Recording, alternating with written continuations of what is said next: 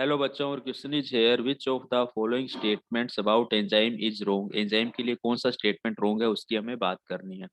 तो enzyme required optimum pH and temperature for maximum activity. Yes, जो हमारे enzymes होते हैं ये केवल अपनी ऑप्टिमम पीएच पर ही, हम चाहे यहाँ पर बात करें ऑप्टिमम पीएच के लिए, ठीक है, या फिर हम बात करें यहाँ पर हमारे पास में ऑप्टिमम टेम्परेचर के लिए, अपनी ऑप्टिमम टेम्परेचर एंड पीएच पर ही ये क्या करते हैं, मैक्सिमम एफिशिएंसी के साथ में क्या करते हैं, वर्क करते हैं।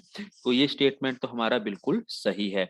यानी कि ये जो हमारा पीएच कह दीजिए, चाहे यहाँ पर हम टेम्परेचर ले लें, और ये जो रेट ऑफ रिएक्शन है इस तरफ वाई एक्सिस पर, तो ये rate of reaction maximum optimum temperature और पीएच पर ही होता है। ऑप्टिमम पीएच मैक्सिमम एंजाइम्स की जो रेंज होती है 6.0 से 8.0 के बीच में एग्जिस्ट करती है, जबकि टेम्परेचर की बात करें तो 35 डिग्री मेंटेन होता है टेम्परेचर, ऑप्टिमम टेम्परेचर। ओके, ये स्टेटमेंट बिल्कुल सही है। Enzymes are denatured at high temperature.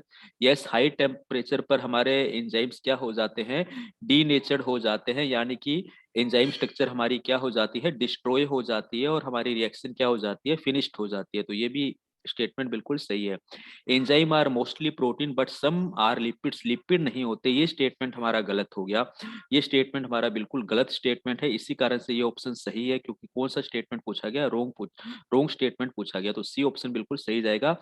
Enzymes हमारे सम टाइम किसके बने हो सकते हैं, न्यूक्लिक एसिड्स के बने होते हैं, और न्यूक्लिक एसिड्स के अंदर भी आरएनए का बना होता है। एग्जाम्पल अगर हम बात करें राइबोजाइम की, ठीक है।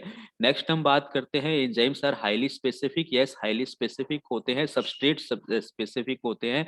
एवरी सबस्ट्रेट के लिए एंजाइम्स हमारे पास में कैसा होता है, स्पेसिफिक होता है। तो ये स्टेटमेंट भी सही है। मीन्स ऑप्शन सी हमारा यहाँ पर क्या है, बिल्कुल राइट आंसर जाता है। Thank you.